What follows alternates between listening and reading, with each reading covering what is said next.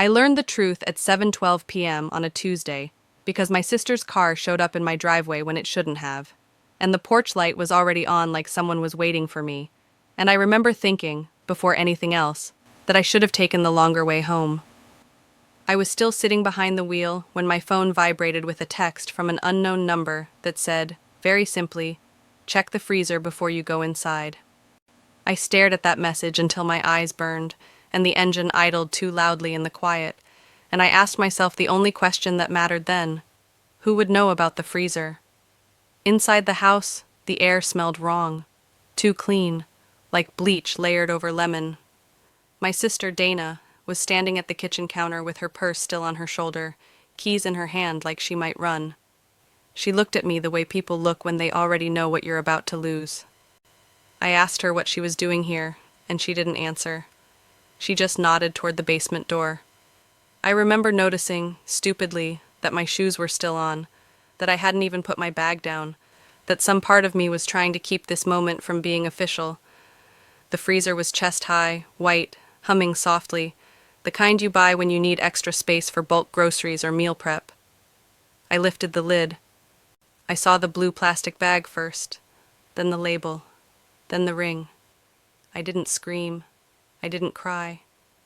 My body went cold and heavy, like it had decided to stay exactly where it was forever. The ring was the one I'd watched my husband slip onto his finger 10 years ago, on a hot afternoon in a county courthouse, because we didn't have money for anything bigger. I heard myself say his name out loud, once, like I could call him back into existence, and Dana finally spoke, her voice shaking as she said she was sorry. She'd tried to tell me earlier, but she didn't know how. 3 weeks ago, my life was smaller, predictable. I taught 4th grade in a brick elementary school that smelled like pencils and floor wax. I drove the same route every morning. I graded papers at the same spot on the couch every night while Evan cooked dinner and complained about his back. We lived in a quiet subdivision outside Richmond where nothing ever happened, and I thought that meant we were safe. The first crack was so small I almost missed it. Evan started locking his phone, not with a pattern I knew, but with his thumbprint only, and when I joked about it, he smiled and said his company had updated their security policy. I believed him because it was easier than not believing him, and because belief had always been our default. Then he began coming home later, always with a reason that sounded responsible. Traffic, a last-minute meeting, helping a colleague. He said these things while looking me straight in the face, and I nodded along, because I was tired, because trust is a habit you don't realize you're practicing until you stop. 2 Sundays later, I found the envelope in the glove compartment. Cash. $20,000, bound with a rubber band. I waited until dinner to ask him about it, and he didn't even flinch. He told me it was a bonus, paid in advance, something complicated and boring, and he kissed my forehead like punctuation. I told myself people with nothing to hide don't get nervous, and I pretended not to notice that his hands were shaking. The night Evan didn't come home, I stayed up until midnight convincing myself it was a misunderstanding, that his phone battery had died, that something minor had gone wrong.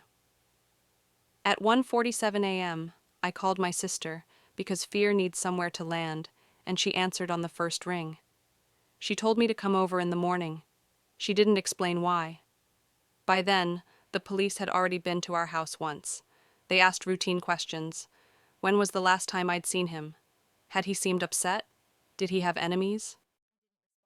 I laughed at that, actually laughed, because my husband coached Little League and recycled obsessively and returned his shopping carts. The officer wrote something down and didn't smile back. What no one told me yet was that Evan hadn't disappeared. He hadn't run. He hadn't been taken at random. He'd been erased carefully, quietly, by people who knew exactly what they were doing. And somewhere between my front door and the basement freezer, I understood that the worst part wasn't that he was dead. It was that someone I trusted had helped make sure I'd be the last to know. By morning, the house had turned into a place I didn't recognize, even though every object was where it had always been.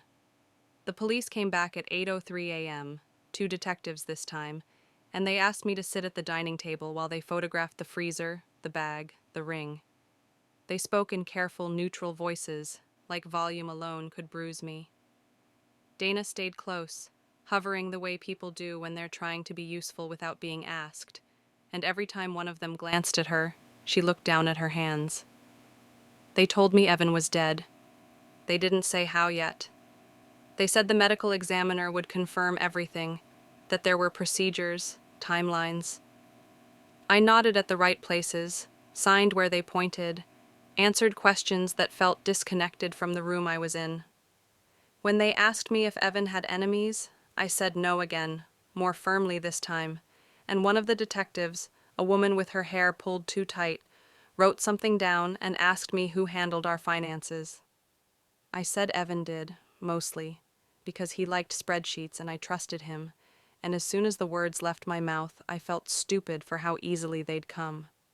Trust, spoken out loud, sounded naive. After they left, Dana made coffee even though neither of us drank it. She sat across from me and finally told me what she'd meant the night before about trying to tell me earlier. She said Evan had come to her 2 weeks ago, late at night, asking for help with something temporary. He'd been vague on purpose, she said, nervous in a way she'd never seen, and he'd asked if he could store something at her place for a few days. Just cash. No explanation. She told him no. She told him it felt wrong. He'd gotten angry then, sharp and unfamiliar, accused her of being dramatic. When she pressed him, he shut down and left. I should have called you, she said, and I watched her mouth form the words like they were rehearsed. I just didn't want to scare you if it was nothing. Nothing. The word landed badly. I asked her why she was here when I got home last night, why she looked like she was waiting for me. She hesitated, then told me she'd received a call that afternoon from an unknown number. No voice, just a message telling her to go to my house, to the freezer, before I did. She thought it was a prank. Then she recognized Evan's ring in the picture they sent after. She drove straight over. I asked her if she still had the message. She nodded and slid her phone across the table, and I stared at the screen until the letters blurred. It wasn't a prank. It was an announcement. The school called around noon, asking why I hadn't come in, and I told them I was sick because it was easier than explaining that my husband had been disassembled overnight. The afternoon stretched thin and useless. I walked through rooms touching things Evan had touched, looking for something that would tell me who he'd been when I wasn't looking. His laptop was gone. So was his backup drive from the office drawer. His side of the closet looked curated, stripped down to what looked normal. It felt intentional. That night, alone for the first time, I opened our bank app on my phone and realized I didn't know the password. I tried birthdays, anniversaries, our address. Nothing worked. I called the number on the back of my debit card and sat on hold, listening to a looped message about unusual activity while my hands shook in my lap. When I finally got through, the woman on the line told me there had been several large withdrawals over the past month, and that a hold had already been placed pending investigation. She asked if I was aware of them. I said no, and my voice sounded like it belonged to someone else. Sleep didn't come. I lay there replaying every conversation, every late night, every smile that had reassured me without earning it. Around 3:40 a.m., I got up and went into the basement again, drawn by something I couldn't name. The freezer lid was closed now, sealed with evidence tape, but the hum was the same, steady and indifferent. I noticed then what I'd missed before, a faint smear on the floor near the outlet, darker than the concrete around it, like something heavy had been dragged. I followed it with my eyes until it disappeared behind a stack of old boxes, and that's where I saw the envelope tucked between them, white, unmarked, addressed in Evan's handwriting to someone who wasn't me. I didn't open the envelope right away. I stood there in the basement holding it like it might stain my hands, listening to the freezer hum through the walls, and for a long moment I considered putting it back where I'd found it and pretending I hadn't seen it. That instinct, to preserve whatever version of reality still hurt less, was still strong then. It didn't last. I tore it open with my thumb and pulled out a single folded sheet of paper and a flash drive taped to it, the tape pressed down so hard it left a greasy outline. The note was short. No apology, no explanation, just instructions written in Evan's neat, careful handwriting.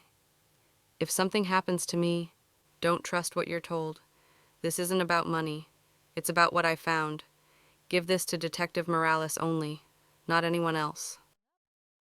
Underneath, a date from 3 weeks earlier, and his signature, steady as if he hadn't been afraid at all. Detective Morales was the woman with the tight ponytail, the one who'd asked about our finances. I sat on the basement steps for a long time after that, trying to understand how my husband could be dead and still making decisions, still controlling the narrative from wherever he was now. By the time the sun came up, I'd decided I wasn't going to hand anything over yet, not until I knew what I was carrying. I waited until Dana went home and then plugged the flash drive into my laptop.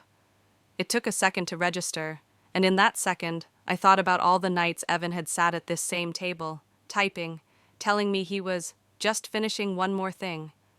The drive contained one folder. Inside were spreadsheets, scanned documents, and audio files labeled only by dates. The spreadsheets were accounts I didn't recognize, transactions that didn't line up with any job Evan had ever told me about. Large sums moving between shell companies, money looping back on itself. The documents were contracts, all unsigned, all bearing the same 3 initials in the footer. The audio files were worse. Evan's voice, recorded late at night, low and tense, talking through what he was seeing like he needed a witness. He talked about irregularities he'd found at work, about a client whose books didn't just bend rules, but erased them. He named names I didn't recognize, and one I did. His boss. He said he'd raised concerns quietly at first, then more formally, and that the response had shifted from reassurance to pressure. He said someone had followed him home twice. I stopped listening when my phone buzzed with a message from an unknown number. You shouldn't be digging. No greeting. No signature. Just that. I stared at the screen, waiting for the dots to appear, for more explanation, but nothing came. When I tried to call it back, it went straight to voicemail that wasn't set up. By afternoon, the police were back with an update I hadn't asked for. They said the medical examiner believed Evan's death was not accidental. They didn't use the word murder yet, but it hung in the room anyway. Detective Morales watched my face closely as she spoke, like she was cataloging reactions, and when she asked me if Evan had seemed stressed lately, I told her the truth without telling her everything. I said yes. I said he'd been worried about work. I didn't mention the flash drive burning a hole in my bag upstairs. That evening, Evan's boss called me. He sounded devastated, talked about what a loss this was, how Evan had been invaluable, how the company would take care of things. He offered to help with expenses, with paperwork, with anything I needed. His kindness felt practiced. When he asked if Evan had mentioned any concerns before he died, I said no and hated myself for how easily the lie came. After I hung up, I found myself shaking, the delayed reaction finally catching up. I realized then that whatever Evan had uncovered hadn't died with him.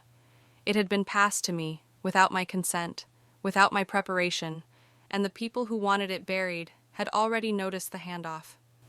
At 11:18 p.m., as I was locking the front door, headlights swept across the living room window, slow and deliberate, and a car idled at the curb longer than it needed to.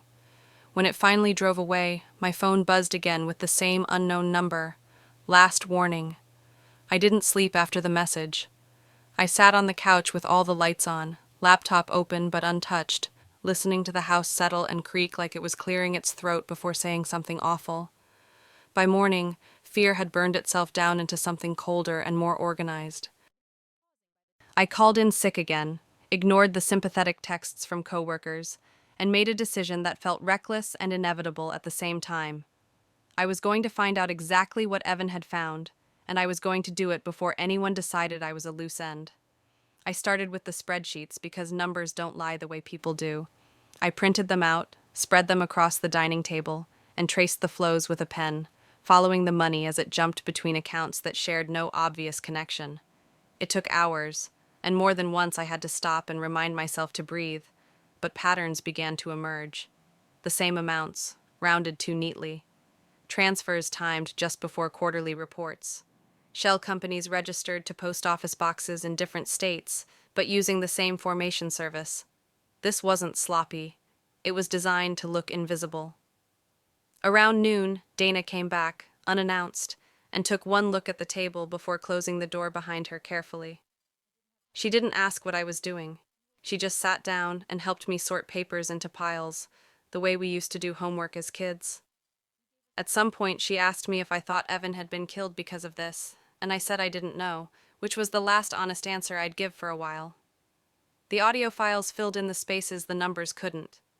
Evan talked about internal audits that never happened, about a whistleblower hotline that redirected complaints back to management, about a meeting where his boss had smiled and asked him if he really wanted to be responsible for what happened next. Hearing it all laid out like that stripped away my remaining doubts. Evan hadn't been paranoid. He'd been careful, and careful hadn't been enough. At 2:37 p.m., there was a knock at the door. 2 sharp raps, official. Detective Morales stood on the porch alone this time. No uniformed officers, no clipboard. She asked if she could come in, and when I hesitated just a second too long, she told me gently that I wasn't in trouble, that she just wanted to talk. I let her in because refusing felt like confirming something. She asked about Evan again, about his habits, his mood, his work. I gave her the same measured answers, watching her eyes flick to the dining table and back. When she finally asked if he'd left anything behind, anything he'd wanted me to have, my pulse jumped so hard I was sure she could see it. I shook my head and said no. She studied me for a long moment, then nodded like she'd expected that answer. Before she left, she said something that lodged itself under my ribs. She said, "If someone contacts you and it feels wrong, call me, even if you're not sure why." It sounded like advice. It sounded like a warning. I didn't know which scared me more. That night, the pressure escalated. My bank accounts were frozen completely. An email from Evan's company arrived, politely requesting the return of all company-owned devices, effective immediately. Another unknown number texted me an address across town with a time. "We can explain. Tonight." I deleted it, then fished it back out of the trash because deleting something doesn't make it stop existing. Dana begged me not to go.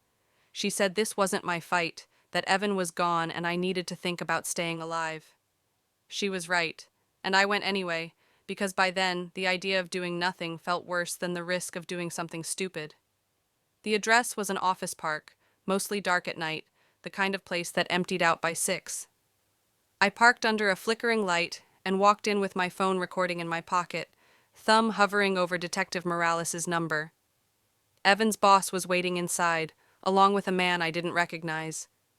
They offered condolences again, then moved quickly into concern, then into suggestion. Evan had misunderstood some things. He'd overreached. He'd put himself in danger by not letting the right people handle it. They talked like this was a shared problem, like I was already part of the solution. When I told them I knew about the shell companies, the tone shifted. The unfamiliar man leaned forward and told me calmly that what I had didn't matter unless someone decided it mattered. He said people like Evan made mistakes when they thought they were heroes. He said I didn't have to make the same mistake. All I had to do was hand over anything Evan had left me, and this could all end quietly. I left without agreeing to anything, my legs shaking so badly I nearly fell in the parking lot. Halfway home, I realized my phone had stopped recording at some point during the meeting. The file was corrupted, or erased. I pulled over and screamed then, finally, into the empty car, because the realization landed hard and clean. They weren't asking anymore. They were counting down. When I got home, there was a voicemail waiting. Detective Morales. She said they'd identified inconsistencies in Evan's case, that things were moving faster now, that she needed me to come in first thing in the morning. As I stood in my kitchen listening to her voice, I understood that I was standing at a narrow fork with no safe option. Either I handed over Evan's work and disappeared into whatever silence they were offering, or I trusted the system he'd already tried and failed to use. Upstairs, I opened the laptop again and began copying everything to multiple drives, labeling them carefully, methodically, like Evan would have. At 4:12 a.m., as the sun began to bleed into the sky, I drafted an email addressed to 3 different news outlets and scheduled it to send automatically if I didn't cancel it within 48 hours. Then I sat back and waited, knowing that once morning came, there would be no more warnings. I arrived at the station just before 9 with a tote bag that looked ordinary and weighed more than it should have, because fear doesn't add weight, but preparation does. Detective Morales met me in a small interview room instead of her office, door closed, blinds half drawn like the building itself was trying not to be seen. She didn't ask how I was. She asked what I'd brought, and the way she said it told me she already knew this was the moment everything tipped one way or another. I set the bag on the table and started pulling things out slowly, deliberately, like I was diffusing something fragile. Flash drives, printed spreadsheets, copies of the contracts Evan had flagged, the envelope from the basement, now creased and soft from being handled too many times. I told her everything, from the night I found the ring to the meeting in the office park, and I didn't soften any of it. I didn't protect Evan's memory or my own pride. I told her where I'd lied, where I'd hesitated, where fear had almost convinced me to hand it all back, just to make the pressure stop. When I finished, the room felt smaller. Morales sat very still for a long moment, then asked me one question that mattered more than all the others. Did anyone else have copies? I said yes. I told her about the drives hidden with people who didn't know each other, about the email drafts scheduled to send automatically if I didn't stop them, about how I'd learned from Evan's notes that the only real leverage people like this respected was inevitability. She nodded once, slow, like I'd confirmed something she'd already suspected. She surprised me by asking if I was willing to let this go public immediately. Not later, not after indictments. Now. I said yes before she finished the sentence, because by then privacy felt like something Evan and I had already traded away without realizing it. If his death had taught me anything, it was that silence only ever helped the people who were already protected. The next 48 hours blurred together into something that didn't feel like time anymore. Warrants were issued so fast it made my head spin. Evan's company froze operations pending review, a phrase that sounded harmless until you saw armed agents walking through glass doors with boxes. A financial crimes task force took over, and suddenly Evan's spreadsheets were projected on screens in rooms I wasn't allowed into. I stayed at Dana's place, sleeping in short, shallow bursts, refreshing news sites until my eyes ached. The first article was cautious, heavy on words like alleged and under investigation, but the names were there. The shell companies were there. The numbers were there. By the end of the day, caution gave way to momentum. Reporters started calling. Former employees started talking. Things Evan had recorded quietly in his late-night audio files were now being said out loud by strangers on television. They arrested Evan's boss on Thursday morning. Conspiracy, fraud, obstruction. When Detective Morales called me, she kept her voice professional, but she added something she didn't have to. Evan hadn't been killed because he was reckless or careless. He'd been killed because he'd refused to stop. He'd been given chances to walk it back, to sign something, to pretend he'd never seen what he saw, and he'd said no, out loud, repeatedly. Hearing that hurt more than if she'd told me he was afraid, because it meant he'd made a choice knowing exactly what it might cost. The retaliation didn't come with drama. It came quietly, the way real threats do. My email accounts were locked overnight. My car tires were slashed outside Dana's house, clean cuts that said intention, not vandalism.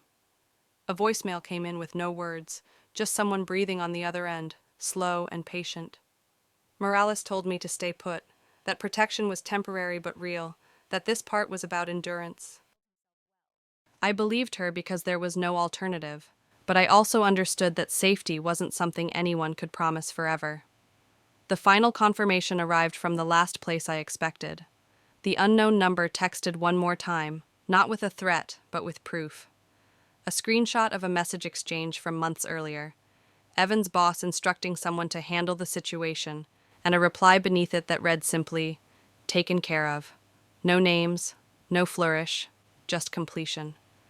I forwarded it immediately, hands shaking so hard I nearly dropped the phone, and felt something settle in my chest. Suspicion collapsed into certainty. There would be no more wondering if I was wrong. The case never became the courtroom spectacle people imagine when they think about justice. There were no surprise witnesses, No last-minute confessions.